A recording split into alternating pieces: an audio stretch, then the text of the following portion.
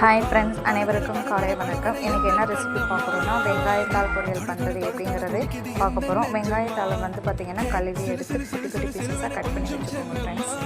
அப்புறம் ஒரு வானலியில் எண்ணெய் விட்டு கொஞ்சம் கடுகு, சீரகம், கருவேப்பிலையை போட்டு வறுத்தெடுத்துட்டு அதுக்கப்புறம் இந்த வெங்காயத்தாள் கட் பண்ணி வச்சுருக்கோம் இல்லையா, அதை போட்டு உப்பு போட்டு வறுத்தெடுக்கணும்.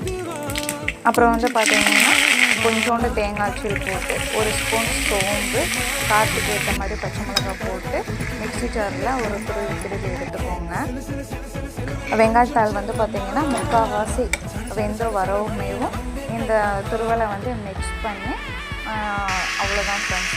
இது வந்து பார்த்திங்கன்னா ஈஸியான வெங்காயத்தாள் பொரியல் பண்ணுறது அப்படிங்கிறது ரொம்ப டேஸ்டியாகவும் இருக்கும் ஃப்ரெண்ட்ஸ். நன்றி ஃப்ரெண்ட்ஸ், நன்றி. வாழ்க வளமுடன்.